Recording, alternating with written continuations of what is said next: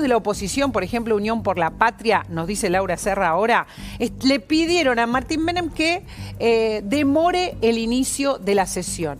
Que lo demore. ¿Por qué lo piden? Porque la tormenta, que ustedes saben, incluye muchos distritos de la Argentina, demoró vuelos. Nosotros ayer contábamos, hubo vuelos demorados en Aeroparque, ayer más que hoy, y algunos están llegando. Entonces lo que pide Unión por la Patria es que se demore el inicio, que no sea a las 12 como estaba planificado. Por ahora el recinto lo tenemos vacío, por ahora no hay diputados en el recinto. Nosotros les vamos a mostrar la transmisión cuando empiecen a sentarse, porque Martín Menem no quiso atrasar el comienzo de la sesión. Se lo pidieron, hay tormentas, hay diputados que no han llegado, que están demorados, pero la conveniencia, obviamente, del gobierno es que no se discuta esta cuestión.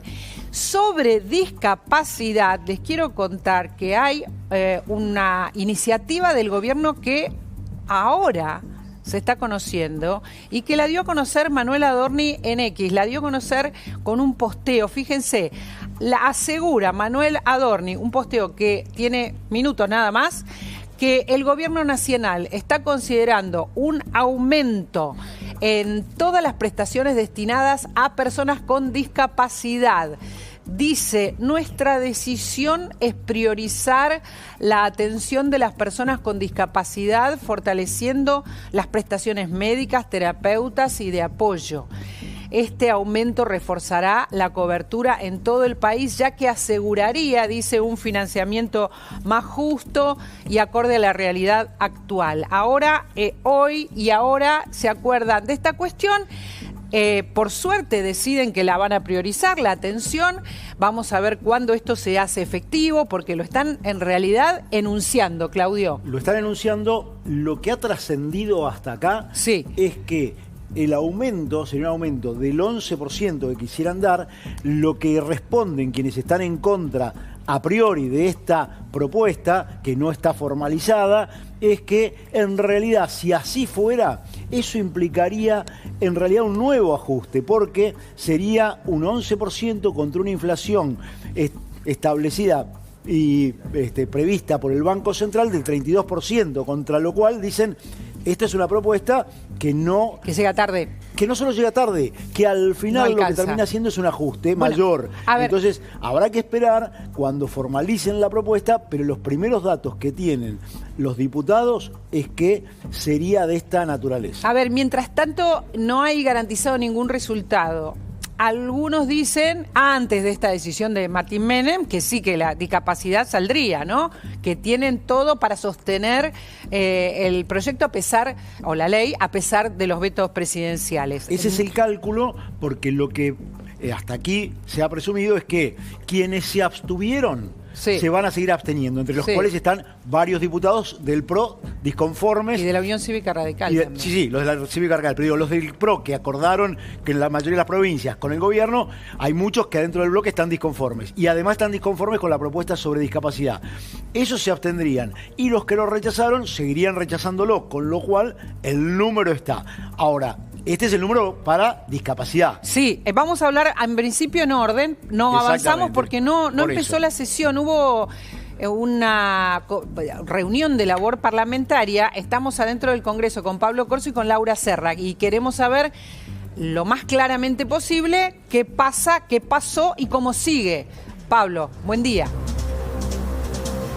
¿Cómo te va, María Laura? Buen día. Números muy finitos, bien lo decías también con Claudio. Están ingresando los diputados, seguramente se demore algunos minutos, con la búsqueda primero del quórum, de 129 legisladores sentados en sus bancas. Estamos con Laura Serra y estábamos escuchando, María Laura, el detalle de los números. Si te parece, hacemos ese repasito, ¿no? De los números bien finitos, como decías con Claudio. A ver, María antes que nada, Pablo, una información que yo di, citándola a Laura, porque nos la adelantó. ¿Qué pasa con esto que está pidiendo Martín Menem de los 2/3 para habilitar la sesión? Laura. Hola, ¿qué tal, María Laura? Sí, efectivamente hubo una reunión de labor parlamentaria previa a la sesión, donde Martín Menem, presidente de la Cámara, les dijo a todos los legisladores que como no tienen dictámenes, los vetos que impuso Javier Milei a estas leyes, bueno, él va a exigir 2/3 para que se habilite el tratamiento de estos vetos. ¿Y puede hacerlo? Así que, Sí, puede hacerlo. Puede hacerlo. No tiene Espera, que está Diego Armesto acá y no sé si puede hacerlo. Tenemos la suerte de tener un constitucionalista, que siempre hay que tener un amigo constitucionalista cerca. Diego, buen día. ¿Cómo te va? Esto que dice Laura, que está pasando, que puede pasar, ¿lo puede hacer o no lo puede hacer el presidente de la Cámara de Diputados? Hay que leer el reglamento. El presidente, la Cámara es soberana. Y si aplican el 288 del reglamento, el último intérprete del reglamento es la Cámara, no el presidente de la Cámara. El presidente de la Cámara puede decir lo que quiera, pero desde el sitial, por artículo 40 del reglamento, el presidente no puede opinar y proponer temas. Los temas los proponen los diputados. Entonces, yo en labor parlamentaria puedo decir si va a aplicar los 2 tercios ahora. En los antecedentes parlamentarios hay una discusión porque el mandato es constitucional. No, yo nunca puedo poner el reglamento por encima de la Constitución. El reglamento en el artículo 140 establece lo que acaba de decir Laura y lo que dijo el presidente de la Cámara. Cuando vos no tenés dictamen de un proyecto de ley, te dice necesitas los 2 tercios para tratarlo sobre tablas. Pero esto no es un proyecto de ley. Esto ya cumplió el procedimiento de proyecto de ley. Esto es un veto. Es muy distinto. Esto no es un proyecto de ley. Esto es un veto. Entonces acá viene la discusión que vamos a estar, y Laura va a coincidir. Ahora viene una discusión entre 4 y 5 horas, porque van a tratar de descular de alguna manera quién tiene razón. 5 horas? Y porque es parte de dilatar el tema, para que se cansen y se empiecen a ir. A ver, para. Me parece que lo que estás diciendo es lo más importante de todo. El gobierno no quiere, porque no quiere que el proyecto de ley salga. Sí. No quiere la ley. Sí. Por lo tanto, lo que hace es dilatar esto. Y lo dilata con esto. Es una práctica con este argumento parlamentaria siempre, en la época de Menem, en la época de Alfonsín, en la época de todos los presidentes, siempre vos ponés algunos jugadores que plantean el tema y de partir de ahí perdés el tiempo. ¿Qué pasa con los diputados que no pueden llegar también, ¿no? Que vos me habías contado, nos contaste que los diputados no pueden llegar por los vuelos retrasados. Hay algunos inconvenientes con la llegada de los legisladores. Igualmente en la oposición creen que van a estar, que van a reunir el quórum y que eventualmente van a juntar los 2 tercios. Y sumando a lo que decía Diego hace un ratito, efectivamente hay una discusión reglamentaria sobre si es necesario los 2 tercios o no para habilitar la insistencia de un veto. Recién justamente me escribió Graciela Camaño, diputada, exdiputada de la Nación, con vastos antecedentes y conoce muy bien el reglamento de la Cámara de Diputados, que dice que hay antecedentes efectivamente de insistencias de leyes que no son necesarios los 2 tercios para habilitarlas. A ver, entonces la discusión reglamentaria va a estar, con lo cual, mira, María Laura, esta sesión va a ser realmente vertiginosa. Vertiginosa desde el principio hasta el final, no solamente por estas discusiones reglamentarias, sino por los temas que están incluidos en la sesión. También hay que aclarar una cosa: si la oposición logra revertir los vetos presidenciales, todavía queda un pequeño camino, que es el Senado de la Nación. El Senado de la Nación también tiene que reunir 2 tercios para dejar sin efecto los vetos. Estamos hablando de los vetos a los aumentos de los jubilados y discapacidad. ¿Qué pasó hace un minuto nomás? Para que veas cómo está operando el gobierno para tratar de licuar la sesión, para tratar de disuadir a los opositores que todavía están un poco dudosos. El vocero presidencial Manuel Adorni acaba de tuitear hace un ratito de que el gobierno está considerando... Lo mostramos. Lo hemos mostrado, exactamente, lo entendemos. Está considerando un aumento en los aranceles para los prestadores en discapacidad. A ver, no sabemos qué es lo que va a pasar. Idea de que el gobierno está realmente preocupado, Exactamente, no sabemos qué es lo que va a pasar. Está todo abierto en estos momentos y lo que vamos a ver... Seguramente, a ver, cuando transmita Diputados TV estaría buenísimo poder ver la imagen en el momento en que transmitan y que muestren que se sientan o no, Claudio, los diputados. Sí, lo que está claro es que el gobierno está recurriendo a todas las estratagemas posibles para evitar tener un rechazo al veto. Nada que no imaginábamos. Nada que no imaginábamos. Lo nuevo es esto de exigir los 2 tercios. Y lo que acaba de decir Diego para mí es el punto central de la discusión. No se trata de proyectos de ley, que esto es lo que requiere tener los 2 tercios cuando no hay dictamen de comisión. Se trata de un veto. Exacto. Y esta es la discusión. Hasta acá, aplicar esta interpretación del reglamento es sin duda forzada y es sin duda buscar una alternativa para salir de... pero la discusión va a estar, el tema se va a demorar, los diputados son los soberanos, dijo Diego también, pero mientras tanto la discusión que se está esperando no va a suceder.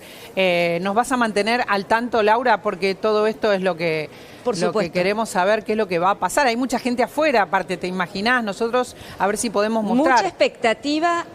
Y sinceramente acá el clima que se vive, María Laura, es de una tensión, de un nerviosismo, por la incertidumbre. Justamente nadie sabe cómo va a terminar esta sesión, pero lo cierto, lo que te puedo asegurar es que el oficialismo está muy nervioso. Y además porque hay una situación que nosotros les vamos a ir contando estos días, que son la renuncia de acompañantes terapéuticos en muchos centros. Hay un centro de San Isidro, por ejemplo, que tuvo una renuncia masiva. ¿Por qué? Porque ya no les conviene ni ir a trabajar. Es un poco lo que decía Claudio.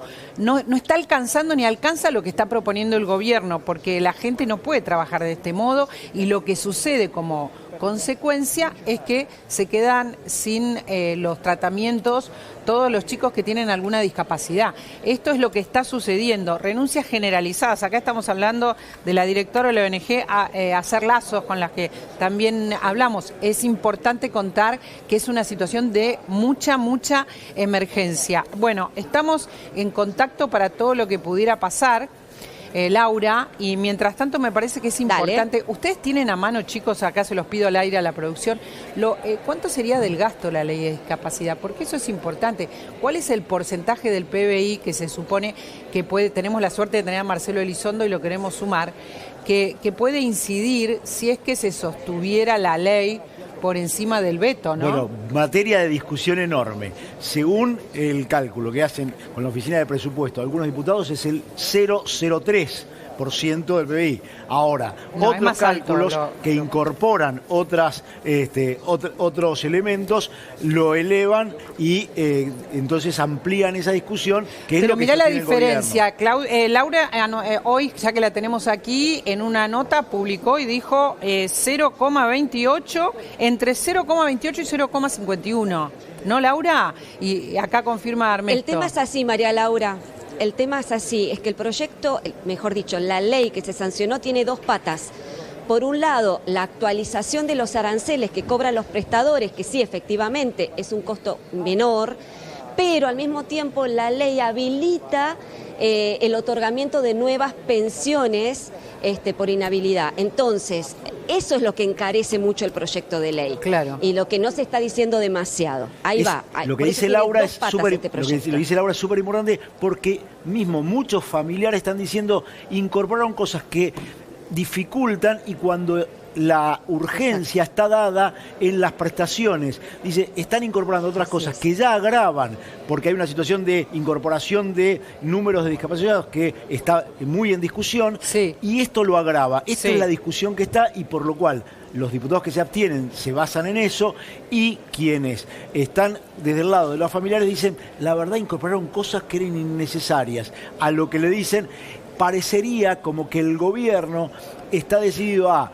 pagar el costo de una ley más cara con tal de exponer a los degenerados fiscales. Esto es parte de toda una discusión que trae y complejiza mucho el debate. Perdón, Marcelo, ¿es un número muy alto para el equilibrio fiscal, digamos, que quiere sostener el gobierno? Si fuese esto en 0,28, por ejemplo, o 0,30 o 0,40. No es un número menor, no afecta el resultado final superavitario. Quiero contarle a la gente que estamos escuchando de fondo el ruido que hay ahí cerquita donde están Laura y Pablo, perdón Marcelo, porque sale un ruido, y es el ruido del recinto. Estamos esperando esa transmisión para ver qué es lo que pasa. Ahora sí, por fin, estamos viendo los diputados. Arrancó la sesión. Y arranca la sesión, fíjense, todo con una velocidad muy importante. Hay quórum, mucha velocidad. A ver si podemos escuchar qué es lo que está pasando, porque se supone que esto iba a tener muchas dificultades, ¿no? Al diputado Juan Brugue. A ver, entendemos que esto son los prolegómenos. Perdón, lo tenemos en mudo y mientras estamos viendo que hay quórum y que empieza la sesión, todas las formalidades del caso. Estamos viendo que a pesar de que algunos están demorados, que algunos vuelos están atrasados. Lo cual ya es toda una noticia que haya habido quórum. Es una notición que hay quórum, claro, porque esto también, dijimos recién, estaba en duda, y Laura, que está por ahí, nos contó, atenti porque el tema es otro, ¿no? El tema era complejizarlo, evitar que empezara. Esa era la intención y no se pudo, Diego. No se pudo. Yo no tenía duda que iba a haber quórum. ¿Vos no tenías duda? No. ¿Por qué? Porque, a ver, tenés que analizar la primer votación y el trabajo que tenían que hacer sobre los ausentes y sobre las abstenciones. Es decir, vos sacás la cuenta del número, cuánto votaron en contra, que fueron 62, automáticamente el número te dio porque votaron 142 a favor. Claro. Entonces, ¿cómo haces vos para volver a votar en contra de esos 142? Ya arrancás con 142. Pero podía suceder que algunos se atrasaran, ¿no? Bueno, está bien, le prendieron una vela a Santa Rosa para que caigan estratosferas del espacio para que no vengan los aviones. El pedido de retrasar la sesión estaba más sostenido en el tema de los 2 tercios que en el quórum. Esa era la gran discusión, y a lo que apuntaban era a retrasarla para asegurarse que iban a estar los 2 tercios para rechazar el veto. Que quede claro que esta sesión la estamos mirando todos porque estamos hablando de una sesión que tiene que ver con los vetos del presidente Milei a las leyes más sensibles, y por eso hoy es la noticia más importante del día. Perdón, Marcelo, por la interrupción. Te preguntaba por el tema del costo fiscal, un economista objetivo que nos cuente justamente el tema de la discapacidad, que es como la prioridad en este momento por estas horas, tanto por la gente que está afuera como por esta cuestión de que están renunciando muchas personas a dar las prestaciones, los profesionales. A ver, ¿cuánto es para el equilibrio fiscal entre 0,28 y 0,50? Bueno, si fuéramos a 0,50 es un número importante. Es un número importante. Ahora, llegar a 0,50 del PBI supone, como decía Claudio, no solamente el incremento en lo que se le paga a los prestadores, sino la previsión de mayor cantidad de pensiones que puedan ser conseguidas en el futuro. Ese 0,48, 0,50 además sería ese anual. Es el máximo, 0,28, y lo que los diputados están pidiendo es menos todavía. Sería el máximo, y sería el máximo anual. O sea, no sería el número que impacta en ese porcentaje en este año, sino en el año que viene, cuando se compute todo el año. Exactamente. Yo creo que la gran discusión fiscal acá, y el gobierno siempre la planteó igual, es en términos de la totalidad del paquete. El gobierno dijo de entrada, esto me cuesta 2,5 puntos del Producto Interno Bruto. Pero ahí estaba poniendo varios proyectos. Sí, el más costoso desde el punto de vista presupuestario es el de la moratoria. El de las jubilaciones. Claro. Ahora, si tenemos en cuenta digamos, podría pasar. Sí, máxime si es 0,28, eso puede pasar. Obviamente, el gobierno está contando el déficit o el superávit con moneditas. Máxime cuando ahora está discutiéndose si tenemos realmente superávit financiero o no. Les voy a pedir la imagen, por favor, de diputados todo el tiempo, la imagen de Diputados TV, gracias. El gobierno está contando el superávit con moneditas porque además yo creo que a esta altura esperaba un incremento en la recaudación mayor que el que está teniendo. Una vez más, si es 0,28 no afecta el resultado, por lo menos el resultado fiscal primario. O sea, se podría ajustar como para que... Ahora, el problema en la discusión política, yo creo que así lo van a plantear, es la totalidad. Claro, el resto. Si vos sumás todos los vetos o todos los proyectos, entonces ahí tenés, según la Oficina del Presupuesto, casi 1,5% del PBI, según el Ejecutivo, 2,5% del PBI. En el caso del proyecto previsional es 0,8% del PBI. Pero creo que para ahí no sé si habría la cantidad de votos que tienen que sostener el proyecto. Por eso estamos hablando de los que tienen chance, primero los que se van a discutir hoy. Los que se van a discutir hoy, en primer lugar estaría el tema de Bahía Blanca, el tema de discapacidad y el tema del aumento de los jubilados, pero no la moratoria. Estamos hablando de otros impactos. Exacto, en el caso de jubilados está el aumento de los saberes la moratoria, y además hay otro tema que es la cobertura del déficit de ciertas cajas provinciales, sí, exactamente, que también está pedido, que eso sumaría pero a 0.4. Los diputados lo hacen por separado, fíjate, sí, ¿no? Sí, o sea, lo que se discutiría hoy es el aumento, este pequeño aumento que había quedado colgado del momento en que hubo, estoy hablando de 2024, y el aumento del bono de 70.000 a 110.000, ¿no? Separado de la moratoria, ¿no? Esta sería la discusión de hoy. Son dos cosas diferentes. El tema es que, como bien decía recién, el tema está en que además se incorpora el tema de las cajas jubilatorias de las provincias, que es un problema de los gobernadores. Exacto. Y eso incrementa el costo. Entonces, ahí hay todo un tema de discusión que se mete en el medio. Pero como el proyecto de aumento de las jubilaciones va por separado, podría ser que moratoria quedara caída y pasara, que ese es muy difícil de todas maneras. A ver, cuando Laura tenga información de qué va pasando aquí dentro del recinto, por favor, a ver si la podemos poner en el aire, porque queremos saber, así como nos fue contando las dificultades, también vimos cómo se armó la sesión y el quórum, pero seguramente vamos a ver en qué momento se va a discutir y si empiezan por Bahía Blanca o empiezan por la discapacidad. Ustedes saben que hay profesionales, encuestadores, que también le preguntaron a la gente qué pasaba con estos proyectos, ¿no? ¿Qué le parecía que tenía que pasar? Si había que sostener las leyes, si estaba bien el veto del presidente Milei. Tenemos la suerte de tener a Lara Goiburu, que es de Management and Fit. ¿Y qué se le preguntó a la gente sobre discapacidad? Lara, a ver si podemos presentar y mostrar las respuestas de la gente encuestada. Hola, ¿qué tal? ¿Cómo estás? Buenas tardes. Buenas tardes. Bueno, lo que le preguntamos fue el nivel de acuerdo o desacuerdo, ¿no? Respecto de las medidas. A ver si tenemos la placa. Sí, particularmente el veto a la emergencia en discapacidad. Sí. Y lo que vemos ahí es que casi un 70%, un 67.4% está en desacuerdo. E inclusive cuando abrimos este dato por voto anterior, ¿no?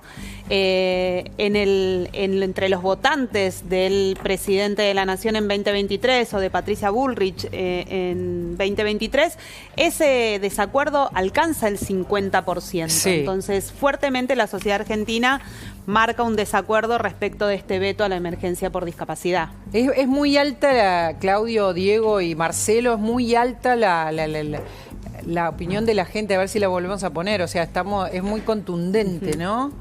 Este es un caso, es un tema que moviliza a la sociedad y claramente pone de un lado una mirada, y por eso es que el gobierno lo que está tratando es de ver cómo minimiza el costo, por eso es que a último momento ofrece una posible solución, por eso es que trata de evitar que el veto siga siendo un tema de discusión en el Congreso y que la calle esté como está hoy. Digo, estamos viendo una calle que hace tiempo que no veíamos en los miércoles. A ver si tienen el móvil de la calle, por favor, para verlo. Hay mucha gente.